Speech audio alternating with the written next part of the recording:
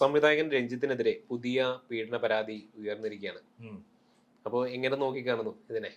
പീഡനത്തിനാണല്ലോ എപ്പോഴും വലിയ മാർക്കറ്റ്. ഏതായാലും ഒരു പീഡനം കഴിയുമ്പോൾ അടുത്ത പീഡനം കേരളത്തേക്ക് വന്നെങ്കിൽ മാത്രമേ ഒരു ന്യൂസ് വാല്യൂ ഉള്ള രീതിയിലേക്കാണ് പോകുന്നത്. ഇപ്പം നേരത്തെ ഉണ്ടായിരുന്ന ഇദ്ദേഹത്തിനെ പറ്റിയുള്ള ഒരു പീഡനം അന്ന്, പക്ഷെ എനിക്ക് തോന്നുന്നു ഒരു പുരുഷനെയായിരുന്നു. അദ്ദേഹത്തിന്റെ ന്യൂഡ് ഫോട്ടോ ഒക്കെ അയച്ചു കൊടുക്കുന്നു. അതിനകത്ത് നമ്മുടെ നടി രേവതി ചേച്ചിയൊക്കെ പിടിച്ചതിനകത്ത് ഇട്ടായിരുന്നല്ലോ.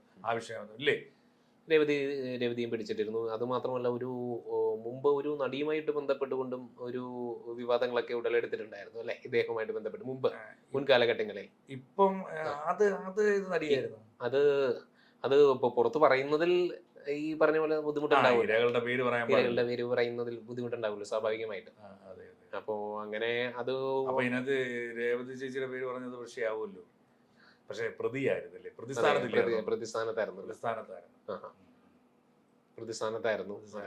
അപ്പൊ ഇതിനകത്ത് ഇപ്പോഴെ ക്യാരവാനത്ത് വെച്ച് പീഡിപ്പിച്ചായിട്ടല്ലേ പറഞ്ഞത്? അതെ, അതുമായിട്ട് പീഡിപ്പിച്ചതാണ് പറയുന്നത്. അതിന് കാവൽ നിന്നതും ഒരു സ്ത്രീയായിട്ട് കരുതുന്നുണ്ടോ? അങ്ങനെയും പറയുന്നുണ്ട്.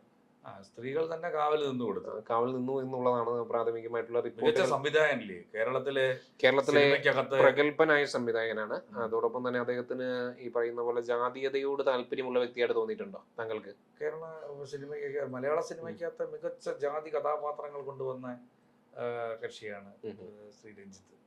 അവർക്കൊരു നെക്സസ് തന്നെ ഉള്ളതായിട്ട് തോന്നിയിട്ടുണ്ടോ? പ്രിയദർശൻ അങ്ങനെ അവരൊരു ടീം ഉണ്ടായിരുന്നു. അവർക്ക് അത് എപ്പോഴൊക്കെ എനിക്കൊന്ന് നമ്മുടെ മരിച്ചുപോയ അന്തരിച്ച ശ്രീനിവാസൻ ഒരിക്കൽ അത് പറഞ്ഞിട്ടുണ്ടായിരുന്നു. ഇവരെല്ലാം കൂടെ ചേർന്ന് അങ്ങനെ നായരുടെ ഒരു പടം ഇറങ്ങി എന്നൊക്കെ പറഞ്ഞിട്ടുള്ള വർത്തമാനങ്ങളൊക്കെ പറഞ്ഞു കേട്ടപ്പോൾ അത്ഭുതത്തോടു കൂടി ശ്രീനിവാസൻ തന്റെ മാതാവ് നായർ സമൂഹത്തിൽപ്പെട്ടതായിരുന്നു, നമ്പ്യാരായിരുന്നു പറഞ്ഞു എന്നുള്ളതാണ്.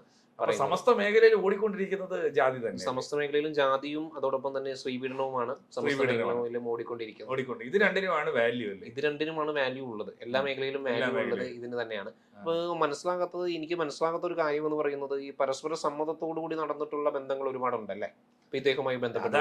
അതൊരിക്കലും പരസ്യമാവത്തില്ലല്ലോ. അല്ല, പിന്നീട് അത് പീഡനമായി മാറുമോ? പിന്നീട് അത് പീഡനമായി മാറും. അന്ന് പിന്നെ അവരെ ഒരു സമ്മതത്തോടു കൂടി അവിടേക്ക് വരികയും കാര്യങ്ങളൊക്കെ നടന്നു കഴിഞ്ഞതിന് ശേഷം പിന്നീട് അത് സമ്മതത്തോടുകൂടി അല്ലെന്നും എന്നെ അവിടെ റേപ്പ് ചെയ്യപ്പെട്ടതുമാണെന്നുള്ള വാർത്തകൾ. ഈ കേസിലും അതുപോലുള്ള വാദങ്ങൾ ഉണ്ടെന്ന് താങ്കൾ കരുതുന്നുണ്ടോ? ഉണ്ടാവാനായിരിക്കും ചാൻസ്. കാരണം ഇതിന്റെ അവസാനം വരുമ്പോൾ അങ്ങനെ വരും. ഇതിനകത്ത് ശിക്ഷിക്കപ്പെടുന്നവരാരെയും ഞാൻ പുരുഷൻ മാത്രമാണ് ശിക്ഷിക്കപ്പെടുന്നത്. അല്ല, ആദ്യമത്തെ ഈ മാധ്യമ വിചാരണകളൊക്കെ മാത്രമേ ഉള്ളൂ. കോടതികളിലേക്ക് വരുമ്പോഴത്തേക്കൊക്കെ ഈ കേസെല്ലാം തള്ളിപ്പോയി. ഏത് കേസാണ് ഈ കേരളത്തിൽ ഇങ്ങനെ ഒരു സെലിബ്രിറ്റി പരിവേഷമുള്ളവരൊക്കെ അകത്ത് പോയിട്ടുള്ള കേസുകൾ കുറവാണ് അല്ലെ? ഒരു നടിയെ പീഡിപ്പിച്ച കേസ് ഇവിടെ ഉണ്ടല്ലോ, പരസ്യമായിട്ട് വലിയ വാർത്ത സൃഷ്ടിച്ചു. ആ കേസ് എന്തായി അവസാനം?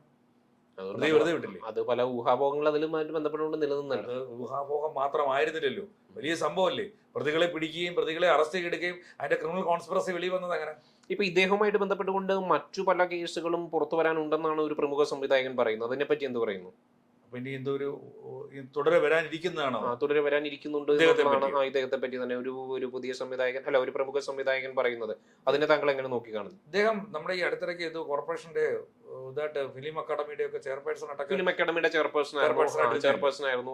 അതുപോലെ തന്നെ അദ്ദേഹം തുറന്നു പറഞ്ഞിട്ടുണ്ട്, ഞാൻ രാജിവെക്കേണ്ടി വന്നില്ലായിരുന്നു മറ്റേ വിഷയവുമായി ബന്ധപ്പെട്ട്. അത് രാജിവെക്കേണ്ടി വന്നിട്ടുണ്ടായിരുന്നു. അത് മാത്രമല്ല, അദ്ദേഹം ഇപ്പൊ ഫെഫ്കിന്ന് പുറത്താക്കുമെന്നാണ് പറയുന്നത് അല്ലെ? ഫെഫ്കിന്ന് അദ്ദേഹം പുറത്താക്കും.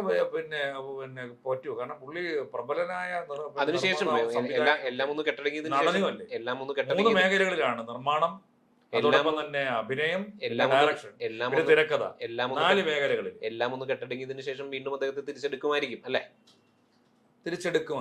മലയാള സിനിമയിൽ അദ്ദേഹത്തിന്റെ ആവശ്യകത ഇപ്പൊ കഴിഞ്ഞെന്ന് എനിക്ക്. അദ്ദേഹത്തിന്റെ രാഷ്ട്രീയ നിലപാടുകൾ തന്നെ വളരെ ശക്തമായിട്ടും ദൃഢമായിട്ടും തുറന്നു പറഞ്ഞിട്ടുണ്ട്.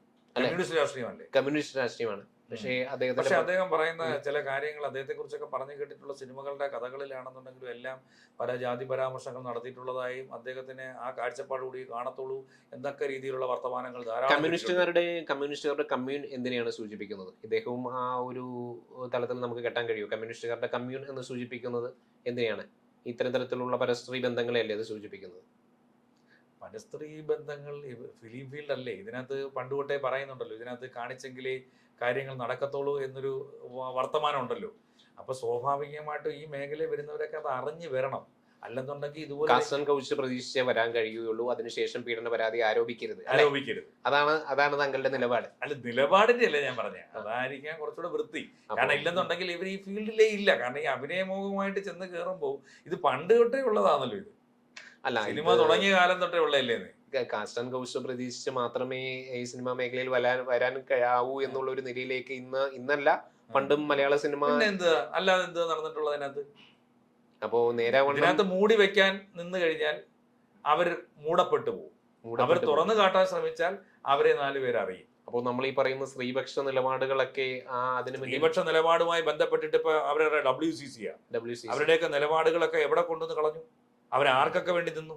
എന്നിട്ട് അവർക്ക് ഏതെങ്കിലും നീതി ലഭിച്ചു? നിലപാടുകളിൽ വരെ വെള്ളം ചേർക്കും. അവരുടെ നിലപാടുകളൊന്നും അവർ മാറിയില്ല. പക്ഷെ അവരുടെ നിലപാടുകൾ നോക്കുകയാണെന്നുണ്ടെങ്കിൽ ആ മറ്റേ പീഡന കേസ് എന്തായി?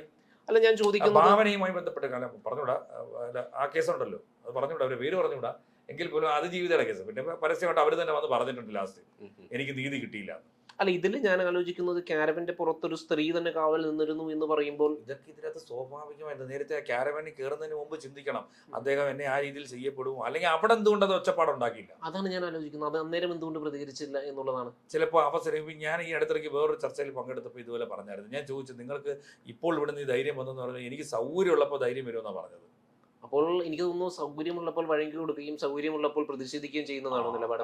അതാണ് അതിന്റെ ശരിയായ പദപ്രയോഗം. അതാണ്. പക്ഷേ നമ്മൾ ഈ ചർച്ചയിൽ നമ്മൾ ഉറപ്പിച്ചു പറയുന്നു, നമ്മൾ സ്ത്രീപക്ഷ നിലപാടിനൊപ്പമാണ്.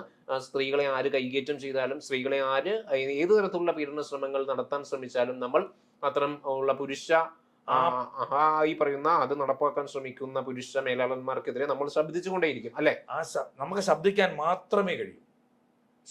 മാത്രമേ കഴിയൂ. കാരണം ഈ ശബ്ദത്തിന്, ഈ കാണുന്ന ഒച്ചപ്പാടുകളൊക്കെ ഒരു 3-4 ദിവസം കഴിയുമ്പോൾ കെട്ടടങ്ങും. പക്ഷെ ഇരയായി തന്നെ അവിടെ നിൽക്കും. ഇരയായി തന്നെ നിലനിൽക്കും. കാരണം ഒരു തരത്തിലുള്ള നീതിയും ലഭിക്കാൻ പോകുന്നില്ല, പ്രത്യേകിച്ച് സിനിമാ മേഖലയിൽ. എന്നിരുന്നാലും രഞ്ജിത്തിനെതിരെ, രഞ്ജിത്തിന്റെ ഭാഗത്ത് നിന്നുകൊണ്ട് ദുരനുഭവം ഉണ്ടായിട്ടുള്ള ഈ ഒരു സ്ത്രീക്ക് അതിന് തക്കതായിട്ടുള്ള നീതി ലഭിക്കട്ടെ. ഒരാളെങ്കിലും ശിക്ഷിക്കണം. ഒരാളെങ്കിലും റിമാൻഡ് എന്നൊക്കെ പറഞ്ഞിട്ട് കാര്യമില്ലല്ലോ.